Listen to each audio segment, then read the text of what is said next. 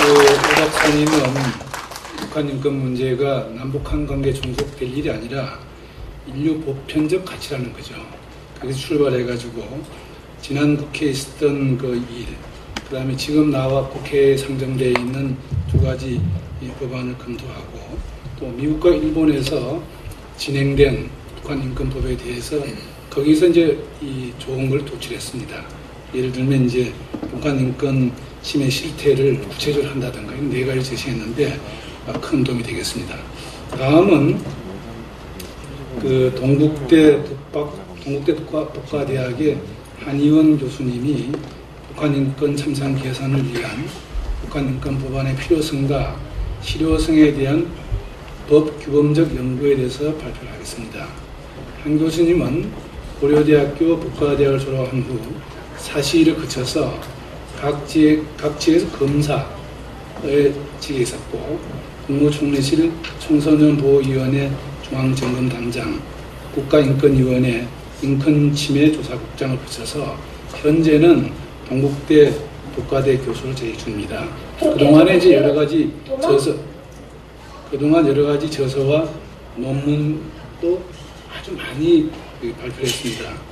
2008년부터 국가정보론, 법학인문 등 이런 걸 출판하고 금년 2월에는 오늘 주제가 되는 그 국제인권, 북한 인권 이런 데 대해서 국제인권법 원론을 출판했어요. 근데 이 교수님의 한번 책을 쓰면 여기 제가 가져왔는데 보통 이렇게 두껍게 씁니다. 그래서 좀 관련되신 분들은 보시면 크게 도움이 될 겁니다. 자, 교수님 발표하시죠. 예, 방금 소개받은 한의연 교수입니다. 많이 피곤하고 졸리죠? 네, 박수 한번 주세요. 그러니까 말이죠. 저도 아침에 몰랐는데 마누라도 몰랐어요. 오늘이 제 생일날이더라고요. 아, 왜? 네, 여기 이제 출소하라고 들어왔어요.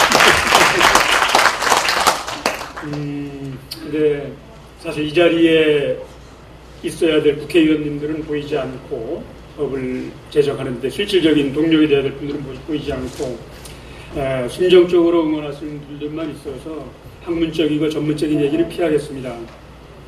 제 주제가 교재 21페이지 있는데 저는 이거 한 50쪽을 만들려고 수많은 자료를 한 맨날 밤을 새우면서 만들었거든요. 교재를 스크린 하면서 여러분이 다음 기회에 볼 수 있도록 하려고 합니다.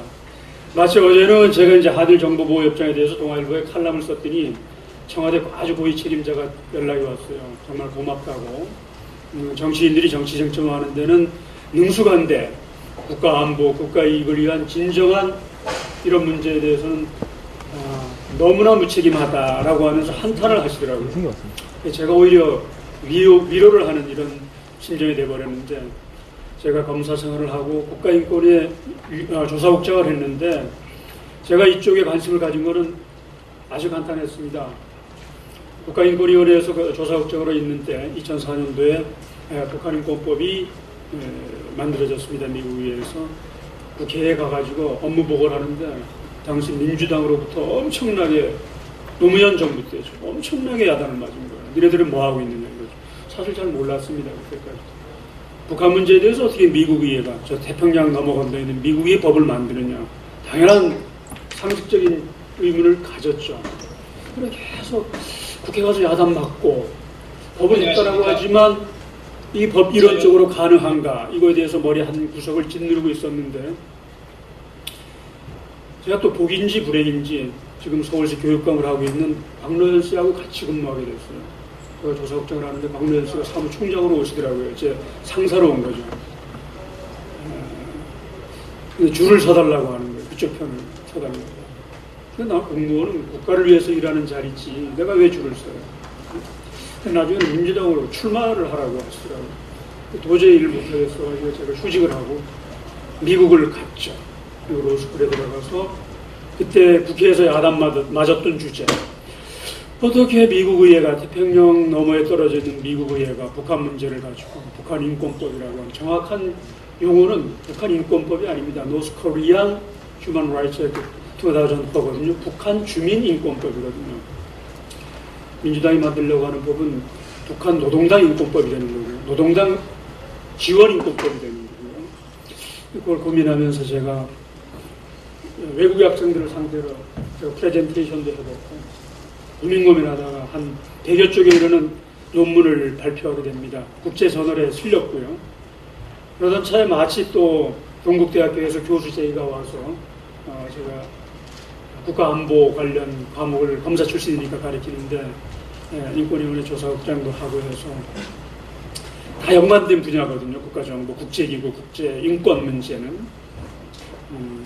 그러던 차에 마치 작년에 한국연구재단에서 제가 북한인권법에 대한 그 용역을 받게 돼서 법도 만들었고 그러던 차에 교재 21페이지에 있는 것 같이 아주 근본적인 문제, 북한인권법을 제정할 것인가 말 것인가에 대한 아주 근본적인 인식의 차이는 이해찬 민주당을 대표하는 이해찬 씨, 이분의 입장은 내정 간섭이다, 북한 압박용이다, 그러니까 실효성이 없다, 이런 관점 아니겠습니까? 이거에 대해서 제가 여러분들이 이해할 수 있게 간략하게 좀 소개해드리고자 합니다. 넘어가서 23페이지 보면 자료에 잘 나와 있습니다만 국제사회에서는 북한을 호칭하는 다양한 호칭이 있습니다. 23페이지 수식어를 통해서 본 조선민주주의 인민공화국, 그 전에 22페이지 보면 나와 있습니다만 DPRK 조선민주주의 인민공화국은 지금 인구가 한 2,500만 명, 2,450만 명 됩니다. 역사적으로 2,000만 명이 넘는 집단적인 주민이 집단적으로 인권 참상을 다 겪은 유례가 없거든요. 홀로코스트 유대인이 겪어봐야 700만 밖에 안 되거든요. 그 유명한 루안다 사태 같은 경우 해봐야 한 5, 600만 명, 죽은 사람은 130만 명 됩니다. 2,500만 명이 집단적으로 그 23페이지 있습니다만은 국제사에서 얘기되는 프로즌 킹덤, 동토의 왕국, 실패국가, 로그 컨트리, 깡패국가, 선오브 비치, 개새끼들 국가, 터널 국가, 수용소 군도 국가, 이렇게 집단적으로 인권 유리를 받은 인류 역사가 없었죠.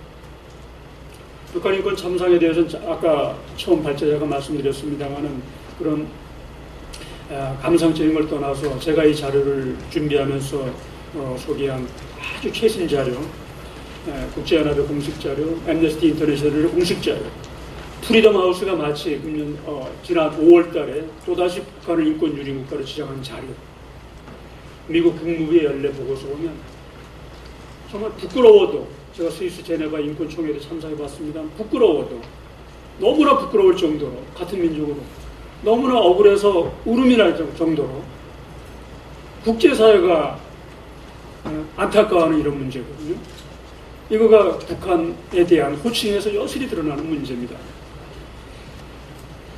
넘어가서 북한 인권의 참상에 대해서는 23페이지 이하 25페이지까지 했습니다만 여기서 약간 다시 하나 24페이지 제가 곁들인 거는, 그렇다고 그러면 아들인 김정은이가 집권한 마당에는 김정일이하고 조금 바뀌지 않을 것인가라고 하는 거가 북한인권법 제정에 대한 장애 요소로 주장할 소지가 있습니다만은 객관적인 자료를 제가 시간이 없어서 영문으로 그냥 소개하고 잠깐 덧붙였습니다만 절대로 그렇지 않아요. 아들인 김정은이가 집권을 한 마당에는 집권 세력의 공고화를 위해서 북한 주민에 대한 강력한 통제력은 더 강화될 것이다 라고 하는 것가 국제적인 객관적인 분석입니다. 그러니까 여전히 북한 주민의 인권 유린 상황은 더 가속화되면 가속화됐지 아들이 집권했다고 해서 좋아질 여지가 없다는 걸 여러분이 인식해야 된다는 겁니다. 자, 25페이지 있습니다만은 이러한 참혹한 국제사회가 인정하는, 국제사회가 공중하는 북한 인권 참상에 대해서 그렇다면 같은 민족이라고 부르는 우리 대한민국의 시각은 크게 세 가지입니다. 25페이지 제가 했습니다. 첫 번째가 무관심론이죠. 오늘 이 자리 듬성듬성한 거 보면 정말 안타깝습니다. 첫 번째가 무관심론이고, 두 번째가 무관심을 넘어서서 그렇게 해서 안 된다라고 하는 부정적인 시각 불개입론이죠. 야당과 일부 전문가라고 하는 분들의 불개입론입니다. 세 번째가 이 자리에 모이신 분들의 개입론. 어떻게든지 북한 인권 문제에 대해서 우리가 손을 놔서는 안 된다는 입장이죠. 개입론입니다. 개입론은 크게 두 가지로 나눠집니다. 인권법에서는 적극 개입론과 인도적 개입론으로 나눠집니다. 적극 개입론이라고 하는 건 뭐냐면 제가 논문을 작성해 보니까 본 자료에 의하면 북한 노동당 정권의 이 정도의 인권 참상의 유리는 일찍이 국제연합안전보장이사회에서 무력 개입을, 바꿔 말하면 군사적 개입을 초래할 정도의 그런 수준입니다. 바꿔 말하면 유엔군에 의한 해방이, 유엔군에 의한 노동당 정권의 폭침이 역사적인 그 안전보장이사회 군사력 동원 수준에 보면 당연한 수준이라고 하는 걸 아셔야 됩니다. 그러나 이건 우리가 원하는 거 아니죠.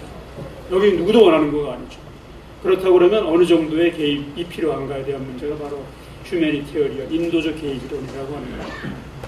노동당 정권은 그대로 놔두고 노동당 정권을 레지움 체인지, 민주국가로 정권 교체하자는 취지가 아닙니다. 그대로 놔두고 그 사람의 팔러스 체인지, 인권 정책만 바꿔라, 인권 정책만 바꿔라 라고 하는 거 인도적 개입이론입니다.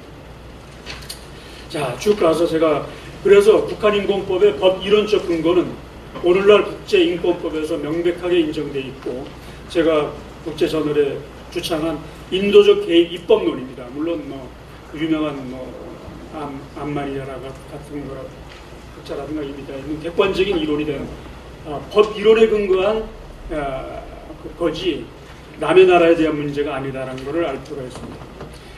자, 30페이지 있습니다만은 국제사회에서 인도적 개입의 실제는 너무나도 많습니다. 여러분이 잘 아실 수 있습니다만 르완다 사태, 인종 청소를 자행한 유고의 밀로세비치 31페이지 있는 코소보 사태, 인종 평생.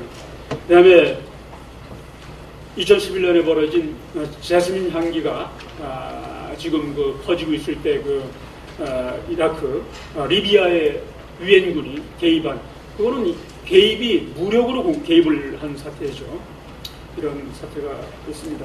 그런데 우리의 북한인권법은 그러한 인도적 개입 중에서 가장 약한 수준인 법으로 개입하자라고 하는 이론이죠. 인도적 개입 입법 이론입니다. 그래서 인도적 개입 입법이 31페이지 이하 쭉 했는데 이미 역사적으로는 다양한 사례가 있습니다. 특히 러시아도 보여주고 중국도 보여주고 있는데 미국이 대표적인 인도적 개입 입법의 사례를 보여주고 있죠. 32페이지 제가 몇 가지 했고 33페이지 도표로 김정일 정권의 교체를 목적으로 했다가 이래서는 좀 그러겠다 싶어서 정책 변경을 목적으로 한 완화된 수준의 개입 입법으로 입법된 겁니다.